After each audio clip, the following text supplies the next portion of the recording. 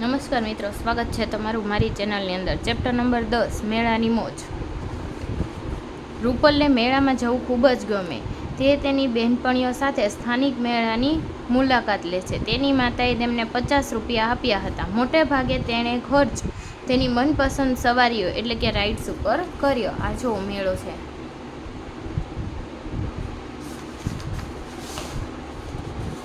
ત્યારબાદ એ દર્શાવે છે કે મેં કેટલો ખર્ચ કર્યો. 10 રૂપિયા ચકડોળમાં બેઠી, 20 રૂપિયા ટ્રેનમાં બેઠી, 15 રૂપિયા આમની અંદર બેઠી, રોલર કોસ્ટરની અંદર 10 રૂપિયા, પછી 20 રૂપિયાનો ખર્ચ શેમાં કર્યો? ટ્રેનમાં. અને રોલર કોસ્ટરની અંદર શેનો ખર્ચ કર્યો? 15 રૂપિયાનો. તો સવારી પાછળ ખર્ચવામાં આવેલા કુલ નાણાં 10 વત્તા 20 એટલે 30, 30 વત્તા 15 એટલે 40 અને 45. કેટલા રૂપિયા થયા? 45. રૂપલની માતાએ કેટલા રૂપિયા આપ્યા હતા? 50 રૂપિયા. ખર્ચવામાં આવેલા નાણાં કેટલા ખર્ચ્યા એમને? 45. અને રૂપલ પાસે વધેલા નાણાં કેટલા થાય? 5 રૂપિયા. રૂપલની એક બેનપણી પાસે રૂપિયા 50માંથી 8 બચ્યા છે. તે જાણવા માંગતી હતી કે તેણે કેટલા રૂપિયા ખર્ચ્યા છે. તો ચાલો આપણે તે શોધવાની રીત જોઈએ. મારી પાસે 8 બચ્યા છે અને મેં સવારી પાછળ 20 રૂપિયાનો ખર્ચ કર્યો. કુલ 28 થયા. પછી મેં નાસ્તા પાછળ 20 રૂપિયા ખર્ચ્યા, જેથી 48 થયા. મેં કેન્ડી પાછળ 2, 48ની અંદર 2 નાખો એટલે 50. અને કુલ મળીને કેટલા રૂપિયાનો ખર્ચ થયો? 42. જો મારા પિતાએ મેળા માટે 40 રૂપિયા આપ્યા, અત્યારે મારી પાસે 3 રૂપિયા બચ્યા હોય તો તમે એ ખર્ચ શોધી કાઢો.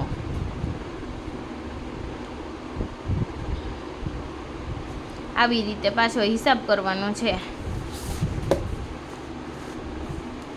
ચાલો કરીએ. ક ખરીદવા માટે કુલ કેટલા રૂપિયાની જરૂર પડશે? સવારી ટ્રેનની ટિકિટ કેટલી છે? 20 રૂપિયા. પછી આવું ચકેડી જેવું છે હોર્સવાળું, એની કિંમત કેટલી છે? ઝૂલાની કિંમત 10 રૂપિયા. અને રોલર કોસ્ટરની કેટલી છે? 15. ચકડોળની કિંમત 15 રૂપિયા. ટિકિટની સંખ્યા જો 20 રૂપિયા હોય, બે ટિકિટની સંખ્યા અને 20 રૂપિયાને સવારી, તો કુલ રકમ કેટલી થાય? 20 વત્તા 20 એટલે 40. જો હવે ટિકિટની સંખ્યા કેટલી? અહીંયા રકમ 30 અને ટિકિટ સવારી 10 રૂપિયાની, તો ટિકિટની સંખ્યા કેટલી થાય? 3 રૂપિયા. ચકડોળની કિંમત 15 રૂપિયા. હવે બે ટિકિટની સંખ્યા, 2 વ્યક્તિને ચકડોળની અંદર બેહવું હોય તો 15 વત્તા 15 એટલે કેટલા થાય? 30 રૂપિયા. આ જો ચલણી નોટો આપેલી છે, 100ની નોટ, 200ની નોટ, 500ની નોટ.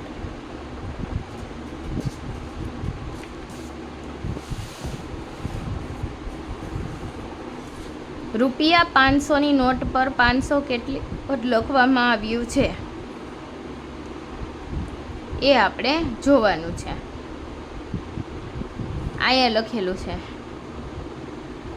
500 રૂપિયા. શબ્દોમાં કેટલી વખત લખેલું છે એ જોવાનું છે આપણે. અહીંયા લખાયેલું 1, 2, 3, 4, 5, 6, 7, 8, 9, 10, 11, 13, 14 અને 15, 16, 17, 18, 19 અને 20. 20 વખત લખાયેલું છે. કેટલી વખત? 500 રૂપિયા 20 વખત શબ્દોમાં લખાયેલું છે. પછી અંકોમાં 1, 2, 3, 4, 5,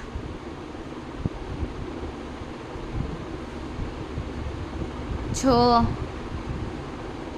પહેલાં જો અહીંયાથી પાછી શરૂઆત કરી. 1, 2, 3, 4.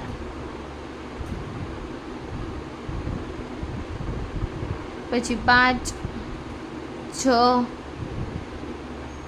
7 અને એક વખત તો આપણે જોઈએ તો પેલી ઓલી નોટની આગળનો સિક્કો દેખાય એમાં, એટલે 9 વખત લખેલું છે. 500 એ સંખ્યામાં 9 વખત લખાયેલું છે. રૂપિયા 500ની નોટની તસવીર ઐતિહાસિક સ્મારક. કયા ઐતિહાસિક સ્મારકની તસવીર છપાયેલી છે? આ સ્મારક તમે જોયું છે? આ શું છે? લાલ કિલ્લો, દિલ્હી છે. જોવે છે તમે?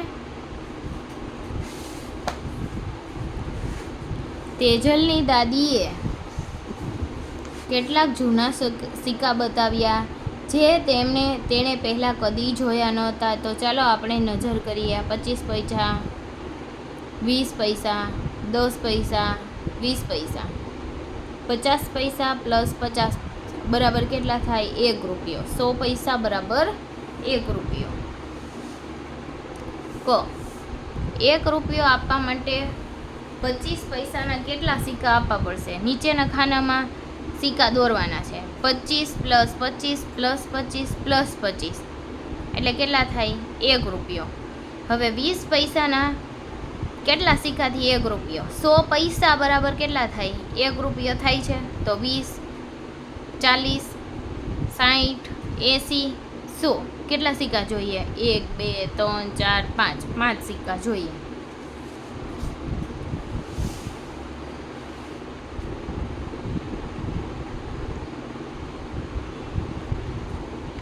ફુગા ફોડો. મટરુ એક ફુગા ફોડો રમતની દુકાને જાય છે. તેણે ફુગા ફોડવા માટે 10 રૂપિયામાં 3 તક મળશે એવા આપણે જોઈએ છીએ કે મટરુ કેટલા રૂપિયા ખરીદે, કેટલા રૂપિયા જીતે છે. Balloon ડાટ ફુગા ફોડવાના video. મટરુ ગુલાબી ફુગાની 1, લાલ ફુગાની 2, વાદળી ફુગાની 5, પીળા ફુગાની 10 અને લીલા ફુગાની કિંમત 20 રૂપિયા. હવે જો મટરુ નીચે મુજબ ફુગા ફોડે તો તેને કેટલા રૂપિયા મળે? લાલ ફુગાની કિંમત કેટલી? 2, ગુલાબીની 1, તો કુલ કેટલા રૂપિયા મળે? 3. લાલની 2, લીલા ફુગાની 20 રૂપિયા, લાલ ફુગાની 2 રૂપિયા, તો કેટલા આવે? 24. 20 પ્લસ 2 એટલે 22, 22 વત્તા 2 એટલે 24. હવે જુઓ તો વાદળી ફુગાની કિંમત કેટલી છે? 5. 5 વત્તા 5 વત્તા 1. પિંક ફુગાની કિંમત કેટલી છે? ગુલાબી ફુગાની 1, તો 5 વત્તા 5 એટલે 10 વત્તા 1 એટલે કેટલા આવે? 11. લીલા ફુગાની પીળા ફુગાની 10 રૂપિયા, 20 વત્તા 10 એટલે કેટલા થાય? 30. ત્યારબાદ જો તેણે નીચે રકમ મેળવવી હોય તો તેણે કયા રંગના અને કેટલા ફુગા ફોડવા પડશે તેટલા ફુગા દોરો અને તેમને રંગ કરો. હવે જો 17, તો 17 કરવા હોય આપણે તો પીળો ફુગો લઈ લઈએ. પહેલાં પીળા ફુગાની કિંમત કેટલી છે? 10 રૂપિયા, વાદળી ફુગાની 5 રૂપિયા અને લાલ ફુગાની 2 રૂપિયા, એટલે 17 રૂપિયા થઈ જાય. પીળો, વાદળી અને લાલ ફુગો અહીંયા દોરી અને એમાં રંગ પૂરી દેવાના. પીળો ફુગો, વાદળી ફુગો, લાલ ફુગો. હવે 22 રૂપિયા. તો જેની એકમનો અંક લઈ લેવાનો. લાલ ફુગો દોરી લેવાનો, 2 રૂપિયાનો છે. અને 20 રૂપિયાવાળો અથવા લીલો ફુગો લઈ લેવાનો અથવા પીળા 2 ફુગા લઈ લેવાના, એટલે કેટલા થઈ જાય? 22 રૂપિયા.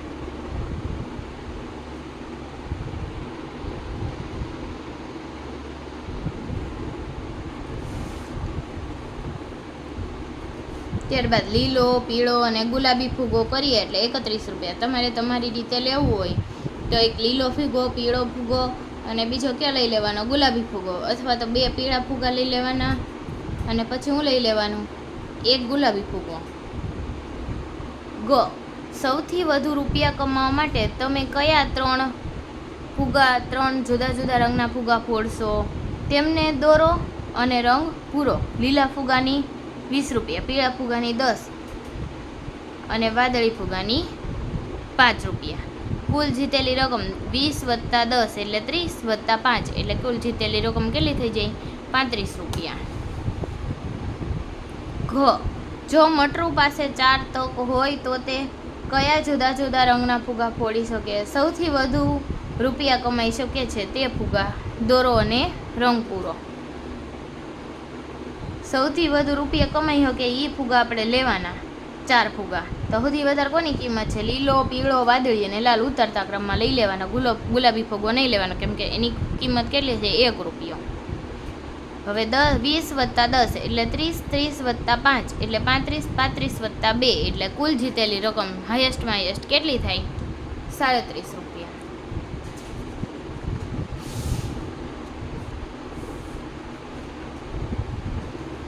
ચાલો કરીએ. ચાલો આપણે જોઈએ કે ₹66 ને જુદી જુદી કેટલી રીતે ચૂકવી શકે.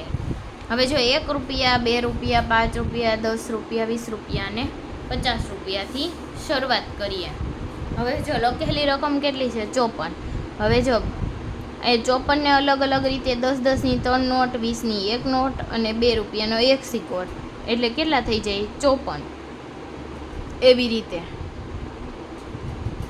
રૂપિયાના 4 સિક્કા, 10-10ની 1 નોટ અને 20 રૂપિયાની 2 નોટ, એટલે 40 ને 1 50 ને 4 54 થઈ ગયા. પછી જોઈએ રૂપિયાના કેટલા સિક્કા લઈ લઈએ? 2 રૂપિયાનો 1 સિક્કો એટલે 4 રૂપિયા થઈ ગયા. 5 રૂપિયાના 2 એટલે 10 ને 4 14 અને 10-10 રૂપિયાની 4 નોટ. તમે તમારું લોજિક વાપરી અને 54 રૂપિયા કરી શકો.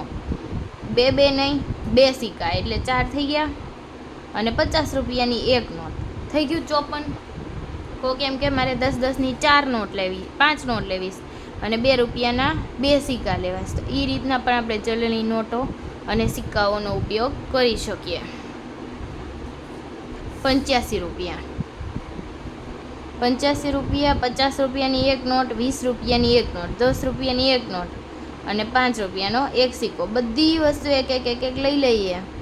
રૂપિયા અને 2 રૂપિયાને બાદ કરતા તો 85 રૂપિયા થઈ જાય. 50 રૂપિયાની 1 નોટ, 20 રૂપિયાની 1 નોટ એટલે 70, 5-5ના 2 એટલે કેટલા થાય?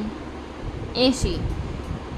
2-2ના 2 સિક્કા એટલે 4, 84 ને 1 85. ત્યારબાદ 20-20ની કેટલી નોટ લઈ લેવાની? 4 એટલે 80 અને 1 5નો સિક્કો એટલે 85 થઈ ગયું. એવી રીતના તમને ગમે એ રીતે તમે ગોઠવણ કરી શકો છો. આ થઈ ગયું આપણું ચલણી નોટનો ઉપયોગ.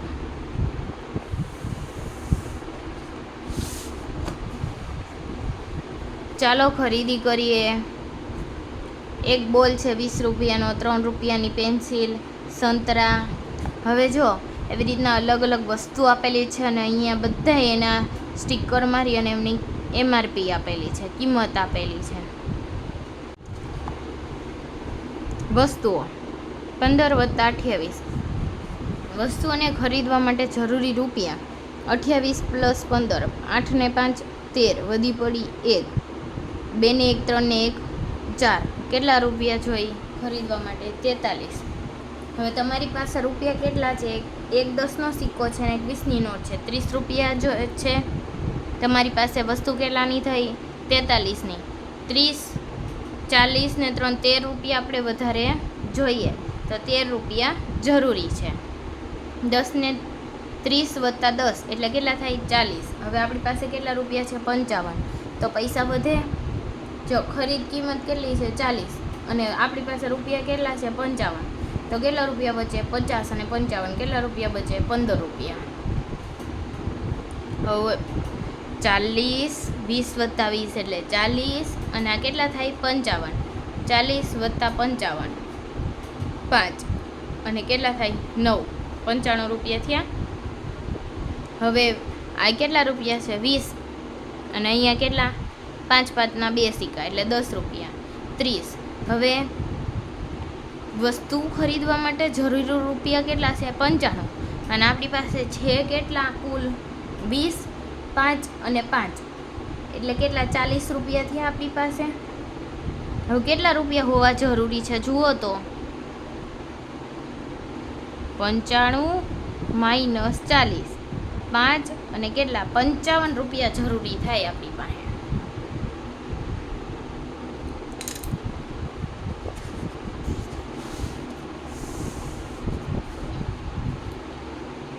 ચાલો કરીએ. 18 + 32, 8 ને 2 કેટલા થાય? 9 10.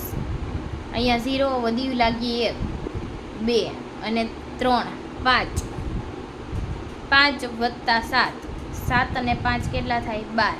અહીંયા એકમનો અને એ ઉપર વધી એટલે 12. 1 ને 1 2 અને 2 ને 2 4. કેટલા રૂપિયા થયા? 42.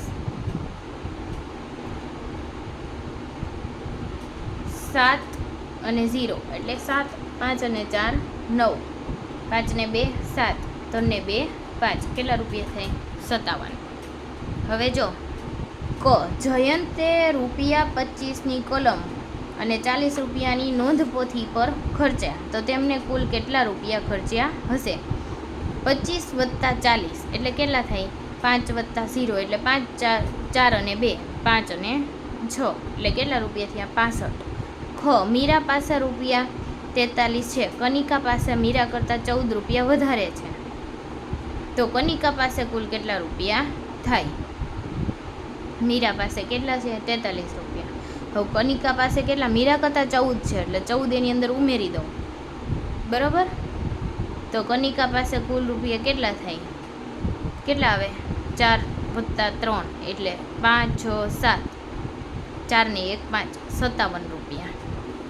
એક બ્રેડના પેકેટની કિંમત 30 રૂપિયા છે અને એક ચોકલેટની કિંમત 60 રૂપિયા છે, તો વસ્તુઓ ખરીદવા માટે વિવેકને કેટલા રૂપિયાની જરૂર પડે? 6 અને 3 કેટલા થાય? 9. અથવા તો 70, 80 અને 90 ડાયરેક્ટ એવી રીતે સરવાળો કરી લેવાનો, ના આવડે તો આ રીતે કરવાનો. ઘ અજયની પાસે 58 રૂપિયા છે, તેણે બજારમાં કેટલા રૂપિયા વાપર્યા? 48. તો હવે તેમની પાસે કેટલા રૂપિયા બચ્યા એમ કીધું છે, એટલે વધ્યા એટલે બાદ બાકી. 8માંથી 8 જાય તો 0, 5માંથી 4 જાય તો 1, કેટલા રૂપિયા વધે? 10 રૂપિયા.